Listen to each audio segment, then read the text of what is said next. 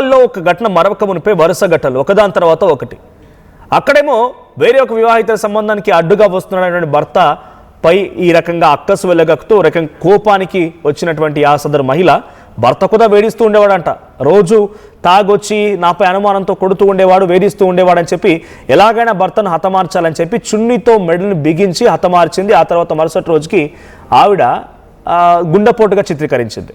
So భర్త చెల్లెలు ఫిర్యాదుతో, అంటే ఆడపడుచు ఫిర్యాదుతో అసలు విషయం బయటకు వచ్చింది. పోలీసుల విచారణ బయటపడింది. సో ఇది కాస్త ఒక వివాహితర సంబంధమే. భర్తని హతమార్చుకున్నారు. ఏకంగా పిల్లలు కూడా ఉన్నారు. వాళ్ళిద్దరు వైవాహిక జీవితానికి పిల్లలు కూడా ఉన్నారు. ఆ క్షణంలో భర్తని చంపేటప్పుడు పిల్లలు గుర్తు రాలేదు, భర్తతో సరదా గడిపిన క్షణాలు గుర్తుకు రాలేదు, ఎటువంటి అంశాలు గుర్తుకు రాలేదు. భర్తని హతమార్చింది ఎవరో వేరే ఒక పరాయి మగవాడి కోసం. ఇక్కడ చూడండి, అమ్మాయిలు అబ్బాయిలని తేడా లేదు. అమ్మాయిలను ట్రాప్ చేసే విధంగా అబ్బాయిలు ఉన్నారు, అబ్బాయిలను ట్రాప్ చేసే విధంగా అమ్మాయిలు ఉన్నారు. ఎవరేం తక్కువ తినలేదు ఇక్కడ, అందరికీ సమానమే. సో దీంట్లో అమ్మాయి, ఆ మహిళ తన భర్తని, పుట్టిన పిల్లల్ని అన్నిటినీ మైమరిచిపోయి ఎవరో ఒకరిని తీసుకొచ్చి వేరో ఒకరు మోజులో పడిపోయి చంపేసింది. సో తర్వాత ఇప్పుడు ఈ జరిగిన ఘటనలో, గుంటూరు జిల్లాకు సంబంధించిన ఘటనలో, గుంటూరు జిల్లా దుగ్గిరాల మండలం చిలువూరులో జరిగినటువంటి ఈ ఇన్సిడెంట్లో 2007లో పెళ్ళైందట మాధురికి అండ్ నాగరాజుకి. ఇక్కడ ఫోటోలో కనిపిస్తున్నటువంటి ఆ ఫోటోలో చూస్తున్నాం, మాధురి అండ్ నాగరాజ్కి 2007లో పెళ్ళైంది. వాళ్ళిద్దరి ఈ పిల్లలు కూడా ఉన్నారు. అయితే అటు భార్య మాధురి వేరే ఒక థియేటర్లో పనిచేస్తుంటుందట, విజయవాడలో థియేటర్లో పనిచేస్తున్న క్రమంలో సత్తెనపల్లి చెందిన గోపితో పరిచయం ఏర్పడింది. ఆ పరిచయం కాస్త వివాహితర సంబంధాన్ని దారితీసింది. దీంతో కట్టుకున్న భర్త లేడు, పుట్టిన పిల్లలు లేరు, అందరినీ పక్కన పెట్టేసింది.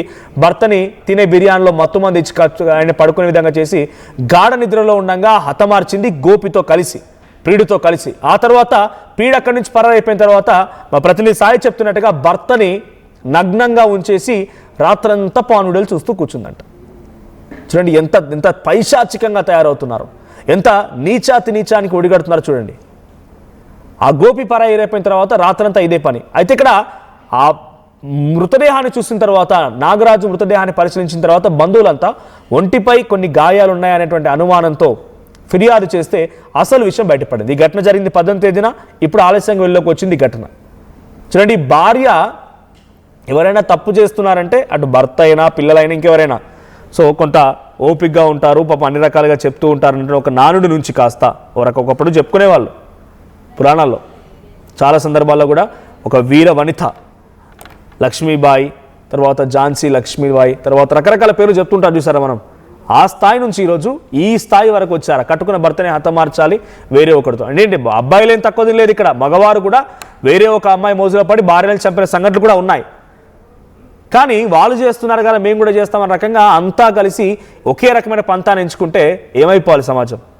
సో ఇక్కడ ఇన్సిడెంట్లో చాలా హాట్ టాపిక్ ఏంటంటే రాత్రంతా భర్తని నగ్నంగా ఉంచేసి పానుడలు చూస్తూ కూర్చుందనే రకంగా పోలీసులు చెప్తున్నారంటే తన మానసిక స్థితి ఏమైపోయింది, ఎక్కడికి దిగజారిపోయింది, ఏం ఆలోచిస్తుందో అర్థమవుతోంది.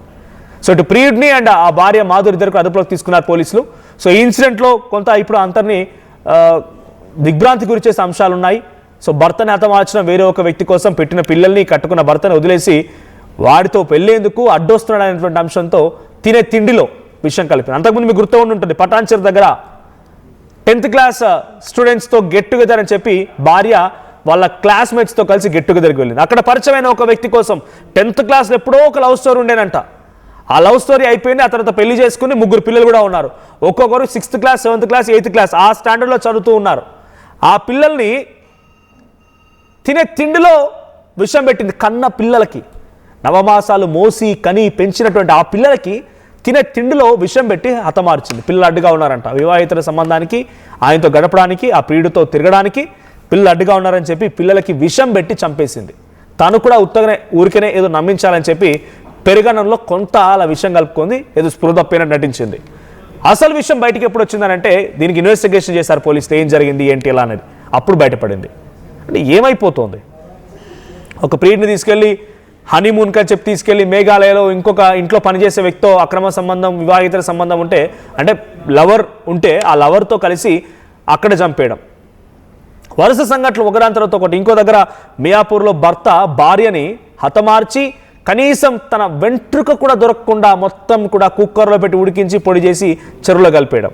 వరుస సంఘటనలు so this has become a routine nowadays, disgusting to see all this అంట ఎంతేజ్ కామెంట్ చేశారు. సో ఇది మధ్యకాలంలో ఇది కామన్గా మారిపోయింది, ఇలాంటి చూడడానికి కొంత ఇబ్బందిగా ఉందన్న రకంగా ఆయన మాట్లాడుతున్నారు. సో మీరేమనిపిస్తుంది ఇటువంటి సంఘటన జరిగినప్పుడల్లా?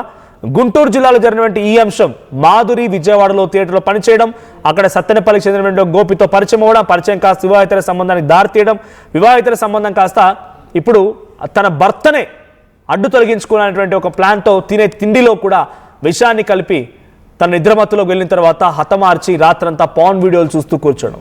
సో ఇప్పుడు సంఘటన కొంత హాట్ టాపిక్గా మారింది. ఈ వార్త విన్న తర్వాత మీకేమనిపించింది? అటువంటి వారిని ఎలా శిక్షించాలి? కామెంట్ చేయండి.